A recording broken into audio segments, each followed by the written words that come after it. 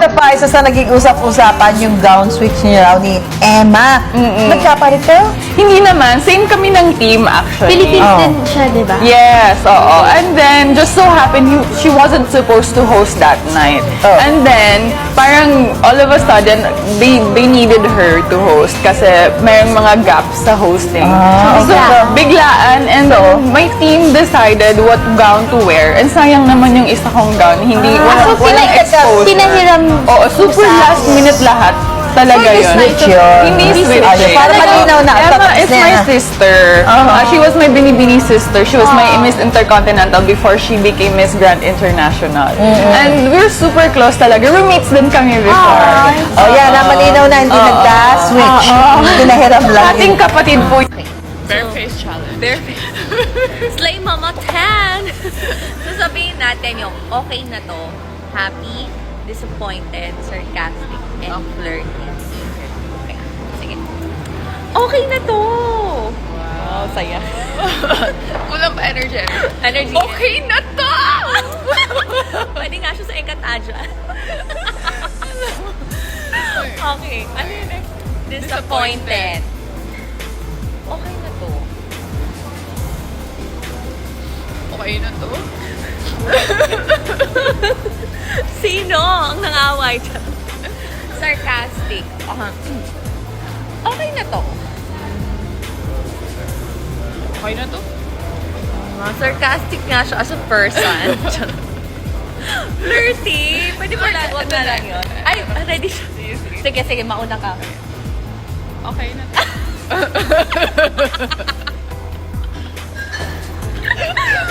Napuling na. Okay na to. Meron palang apat. Okay na to. Perfect. So mga kapolitika, inyo po nga napanood itong latest na video clip ngayon ni Gazini Ganados kung saan is nag-explain na po siya doon sa pagpapalit ng gown nila ni Emma Tiglao dito sa finals ng MGI All-Stars. At nakita nyo rin po, napanood nyo yung kulitan nitong si CJ Opiasa at si Gazini Ganados. So sa mga oras po na ito is ginaganap po itong Reyna Filipinas press conference dito sa Bragais TV sa YouTube, kung saan ay pinag-uusapan nila mga kapolitika ang maging sistema, maging setup dito nga sa Ingrande na Reyna Filipinas na ilo-launch dito sa ating bansa. So dahil dito mga kapolitika ay talagang tuloy na ang Reyna Filipinas, hindi na po talaga mapipigilan dahil di umano ay ito na ang new era of beauty pageant na tinatawag nila ngayon, kung saan is pinag-uusapan nga dito sa social media na makabagong panahon na pagdating sa mundo ng beauty pageant dahil tapos na yung era ng old school. So kasama sa pagbabagong panahon ay yung pagbabago rin ng estilo, ng sistema at ng production pagdating sa mundo ng beauty pageant. Kumbaga mga kapolitika, sa teknolohiya ay hindi na pag-iiwanan ang mundo ng beauty pageant. So ngayon ang labanan ay parang yung pasabog na mga production, pabungkahan ng setup, ng venue at ng sistema dito sa mga beauty pageant competition. So ang sabi dito ng Reyna Filipinas, a new era begins. The room is filling with some of the most familiar faces in pageantry and media as the first grand media conference of Reyna Filipinas officially gets underway. So ang highlight dito is yung new era begins.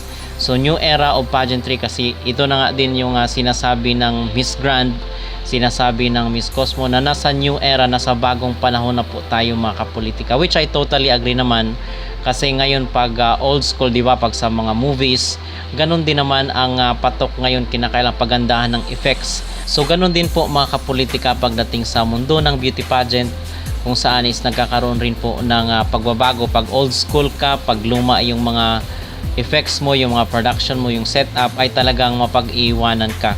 Kasi ngayon ang mga tao is naghahanap ng the best na show na entertainment dito sa beauty pageant competition.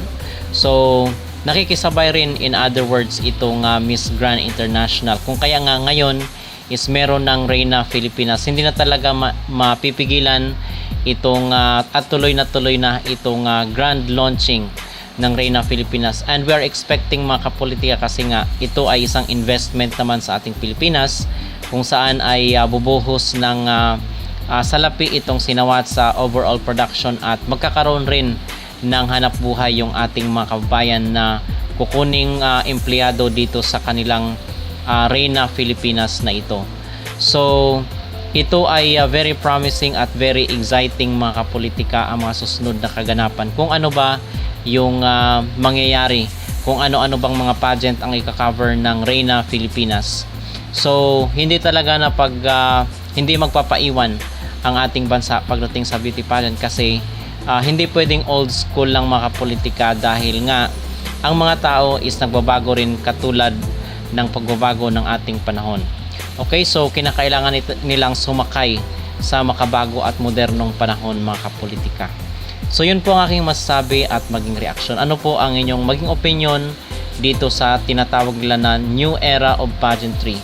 Kayo po ba mga kapolitika ay agree na nasa makabagong panahon na po ang ating mga beauty pageant? Mag-comment down below at huwag kalimutang mag-like at mag-subscribe na rin kayo para updated kayo sa ating mga latest issue. Good evening, everyone. I feel really so glad and honored to be here tonight. As you know, beauty pageant contest so many problems in the past. And all contestants, they have a good dream to do. But sometimes they success, but sometimes they don't succeed. From the many conditions, we can say that. So this is my inspiration to thinking about how can we solve the problem. Because of I respect dream for the girl. They have so many dreams. They want to make it, but sometimes they can't it.